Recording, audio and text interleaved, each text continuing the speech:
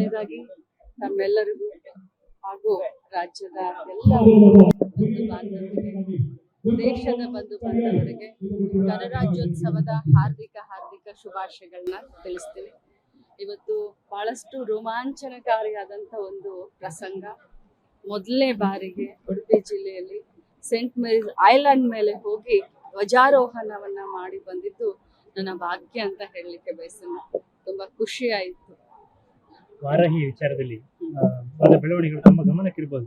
ನಮ್ಮದೇ ಪಕ್ಷದ ಹಿರಿಯ ನಾಯಕರು ಒಂದು ಕಡೆ ಕೂತ್ಕೊಳ್ತಾರೆ, ಮತ್ತೊಬ್ಬರು ಮಾಜಿ ಶಾಸಕರು ಕೂತ್ಕೊಂಡು ಅವರ ಕಚ್ಚಾಟವೇ ಜಾಸ್ತಿ ಆಗ್ತಾ ಇದೆ, ಮೂಲ ಆಶಯ ಆಗ್ತಾ ಇಲ್ಲ, ಈಡೇರ್ತಾ ಇಲ್ಲ ಅಂತ ವಾರಾಹಿ ಯೋಜನೆ. ನೋಡಿ, ವರಾಹಿ ಯೋಜನೆ ಈ ಜಿಲ್ಲೆಯ ಬಹುದಿನದ ಬೇಡಿಕೆ. ವರಾಹಿ ಯೋಜನೆ ರೈತರಿಗೆ ಅನುಕೂಲ ಆಗಬೇಕು ಅನ್ನುವಂಥ ಒಂದು ಆಕಾಂಕ್ಷೆಯನ್ನ ಇಟ್ಕೊಂಡು ವರಾಹಿ ಯೋಜನೆಯನ್ನ ನಾವು ತೆಗೆದುಕೊಂಡು ಬಂದಿದ್ದೀವಿ. ಈಗಾಗಲೇ ಟೆಕ್ನಿಕಲ್ ಟೀಮ್ ಬಂದು ಹೋಗಿದ್ದಾರೆ. ಮಾನ್ಯ ಮುಖ್ಯಮಂತ್ರಿಗಳು ಕೂಡ ಇದ್ರ ಬಗ್ಗೆ ಮಾಹಿತಿ ಇದೆ. ನೀರಾವರಿ ಸಚಿವರು, ನಮ್ಮ ರಾಜ್ಯದ ಉಪಮುಖ್ಯಮಂತ್ರಿಗಳಾದಂಥ ಡಿ ಕೆ ಶಿವಕುಮಾರ್ ಅವರು ಕೂಡ ಇದ್ರ ಬಗ್ಗೆ ಮಾಹಿತಿ ಇದೆ.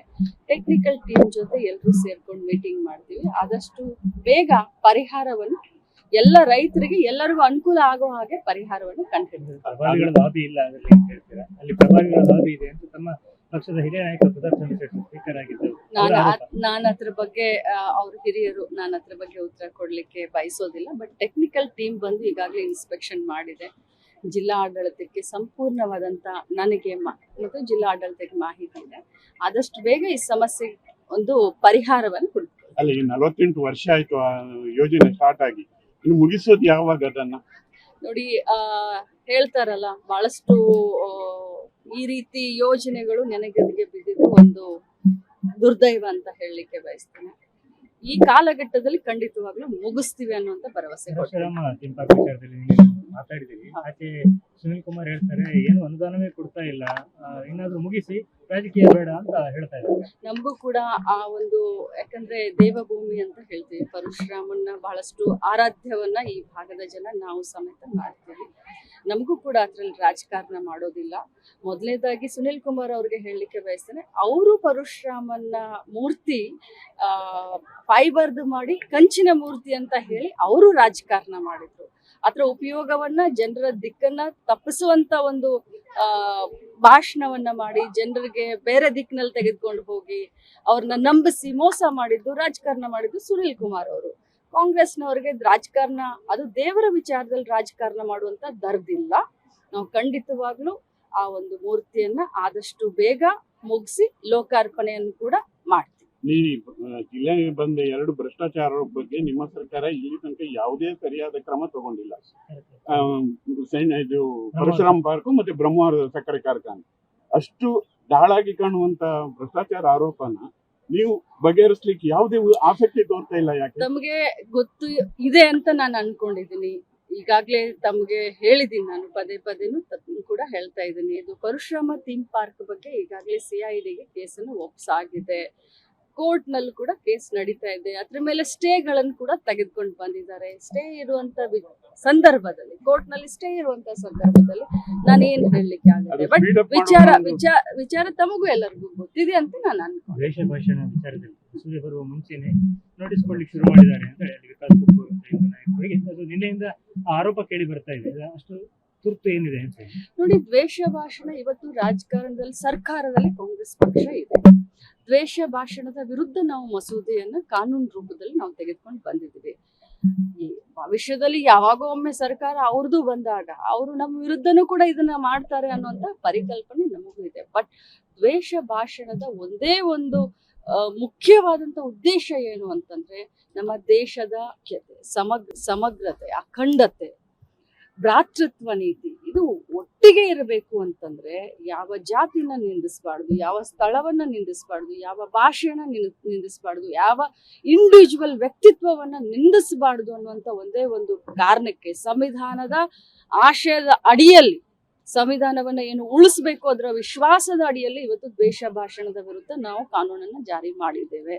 ಅವ್ರು ಎಷ್ಟೇ ಹೇಳ್ಕೊಳ್ಳಿ, ಆದ್ರೆ ನಮ್ಮ ಉದ್ದೇಶ ಒಂದೇ, ಈ ದೇಶದ ಸಂವಿಧಾನಕ್ಕೆ ಧಕ್ಕೆ ಬರಬಾರ್ದು. ಜಾರಿಯಾಗುವ ಮೊದಲೇ ನೋಟಿಸ್ ಕೊಡ್ಲಿಕ್ಕೆ ಶುರು ಮಾಡಿದ್ದಾರೆ. ನೋಡಿ, ಯಾರು ದ್ವೇಷ ಭಾಷಣ ಮಾಡ್ತಾರೆ, ಇವತ್ತು ಕಾಂಗ್ರೆಸ್ನವ್ರು ಯಾರಾದ್ರೂ ಹೇಟ್ ಸ್ಪೀಚ್ ಮಾಡಿದ್ರೆ ಈ ಕಾನೂನು ಕಾಂಗ್ರೆಸ್ನವ್ರ ಮೇಲೆ ಕೂಡ ಲಾಗು ಆಗುತ್ತೆ. ಅದಕ್ಕಿಂತ ಮುಂಚೆ ನೋಟಿಸ್ ಕೊಡ್ತಾರೆ, ಆಮೇಲೆ ನೋಟಿಸ್ ಕೊಡ್ತಾರೆ. ಅವರ ಹಿನ್ನೆಲೆಯನ್ನ ನೋಡ್ತಿರ್ಬಹುದು. ಅವರು ಅದೇ ರೀತಿ ಮಾತನಾಡಿದ್ದಾರೆ ಅಂತ ನನಗೆ ಗೊತ್ತಿಲ್ಲ. ನೋಟಿಸ್ ಕೊಟ್ಟಿರೋದ್ರ ಬಗ್ಗೆ ತಾವ್ ಹೇಳ್ತಾ ಇದ್ದೀರಂತ.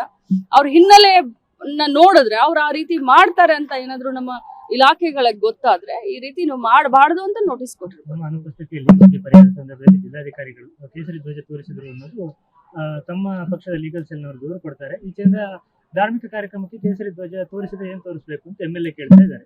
ಜನಕ್ಕೆ ಏನು ಉತ್ತರ? ನೋಡಿ, ಮೊದಲನೇದಾಗಿ ಹೇಳ್ತೀನಿ, ನಾನು ಇದು ಧಾರ್ಮಿಕ ಕಾರ್ಯಕ್ರಮ.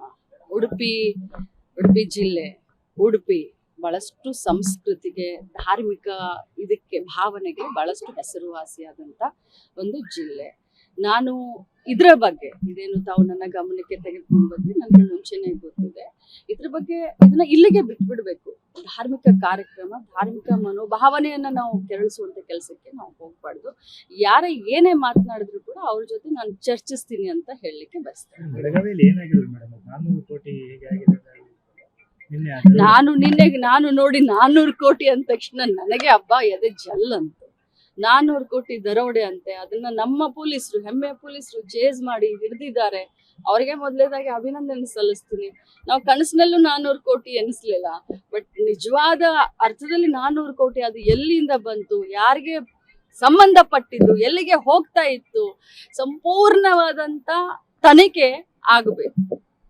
ಈಗ ಖನಿಜ ನಿಧಿಯಿಂದ 6 ಕೋಟಿ ಬಿಡುಗಡೆ ಆಗಿದೆ ಪರ್ಯಾಯಕ್ಕೆ. ಆಕ್ಷನ್ ಪ್ಲಾನ್ ಆಗಿದೆಯಾ? ನೋಡಿ, ಮೊದಲನೇದಾಗಿ ಹೇಳಲಿಕ್ಕೆ ಬಯಸ್ತೀನಿ ಬಹಳ ಹೆಮ್ಮೆಯಿಂದ, ಪರ್ಯಾಯಕ್ಕೋಸ್ಕರ ನಾವೆಲ್ಲ ಪೂರ್ವಭಾವಿ ಸಭೆಯನ್ನ ಮಾಡಿ ಬಹಳಷ್ಟು ಈ ಒಂದು ಉಡುಪಿ ಸಿಟಿಯನ್ನ, ಯಾಕಂದ್ರೆ ದೇಶದಿಂದ ವಿದೇಶದಿಂದ ಪ್ರವಾಸಿಗರು ಈ ಸಿಟಿಗೆ ಬರ್ತಾರೆ. ಪರ್ಯಾಯದಲ್ಲಿ ವಿಶೇಷವಾಗಿ ಬಹಳಷ್ಟು ಜನ ಭಾಗವಹಿಸ್ತಾರೆ. ನಮ್ಮ DMF ಫಂಡ್ ಬಗ್ಗೆ ತಾವು ಕೇಳ್ತಾ ಇದ್ರಿ. ಖಂಡಿತವಾಗ್ಲೂ ಕ್ರಿಯಾ ಯೋಜನೆಯೂ ಆಗಿದೆ. ಅದ್ರ ಬಗ್ಗೆ 2 ಬಾರಿ ವಿಡಿಯೋ ಕಾನ್ಫರೆನ್ಸ್ ಮುಖಾಂತರ ಮೀಟಿಂಗ್ ಕೂಡ ಆಗಿದೆ.